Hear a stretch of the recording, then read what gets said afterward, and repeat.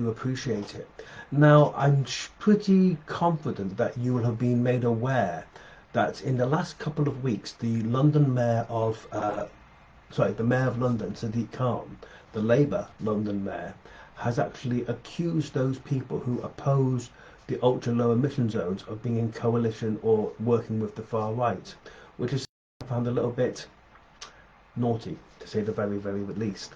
I don't know how he came up with such an outrageous statement, and it's absolutely stupid. Here today, I'm going to detail why he was wrong to say that, why his the ultra low emission zone plan is doomed to fail, why it's a conflict in his policies, and a much better solution.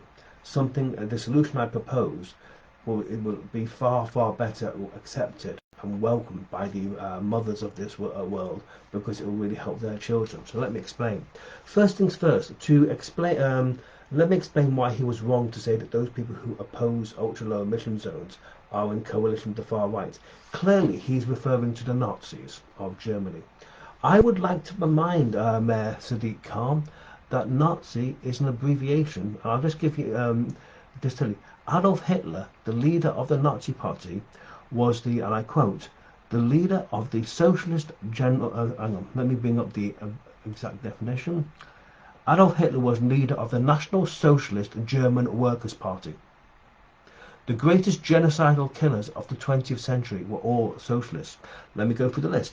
Erich Honecker, General Secretary of the East German Socialist Unity Party of Germany. There was Chairman Mao, Chair of the Chinese Communist Party. There was also Pol Pot, General Secretary of the Communist Party of Kampuchea. There was Joseph Stalin, General Secretary of the Communist Party of the Soviet Union. And last but by no means least, Nicolae Ceausescu, General Secretary of the Romanian Communist Party. The greatest genocidal killers of the 20th century were all socialists and communists. And I can talk about this with absolute authority, because I am the grandson of the ultimate champagne socialist. So I can say that with absolute authority. I'll never forget when he actually, my grandfather actually went to East Germany, Eastern Europe for a pilgrimage to show how things are done properly. A 3-month pilgrimage done back in 2 weeks. That's a different story altogether.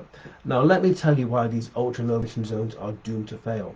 My understanding here is that if you have a vehicle that is too polluting and you go in certain parts of London, you'll be charged £12.50.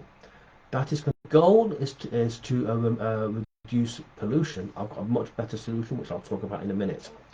The other thing here is there is a clear conflict in his policy. If you look, let's do a quick Google search, you can see that Sadiq Khan is very keen to combat obesity in London. In fact, he banned adverts for fast food on the London Underground and such things to basically combat obesity. Well, if that's the case, his policies are loggerheads. The number one cause of obesity is not eating too much, it's not exercising too little. It is something that I wrote about in 2008. I was pasted about, but in 2015, it's poverty, and there are 7 reasons for this. Food that is high in fat and low in nutritional value is mass-produced and cheap. Food that is high in nutritional value and low in fat is hand-produced and expensive. The poor can't afford it. People who are cash poor tend to be time poor.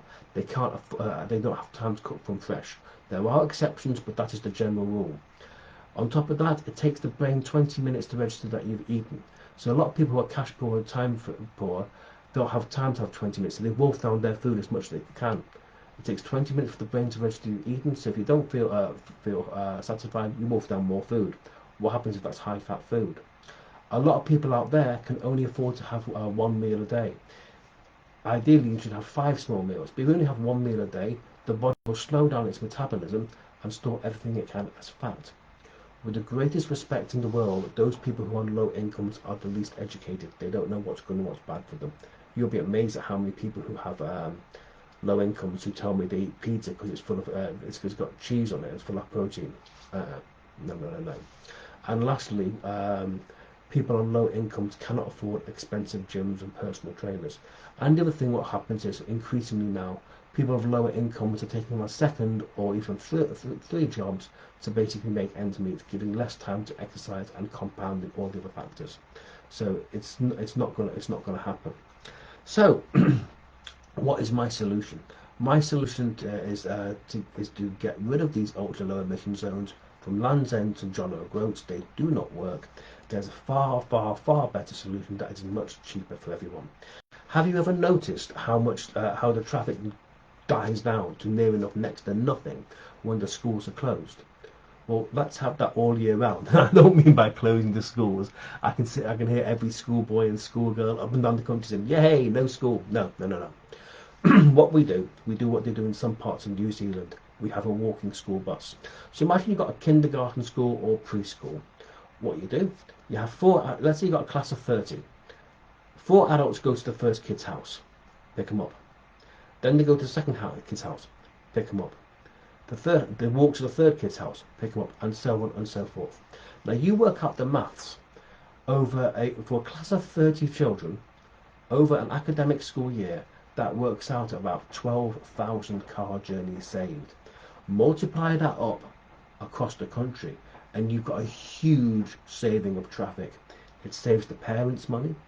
It enhances community relations. It gets the kids walking. It gets them healthier. It gets them fitter. It cuts down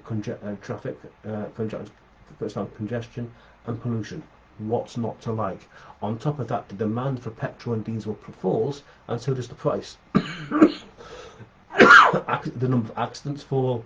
What's not to like? This is what we should be doing.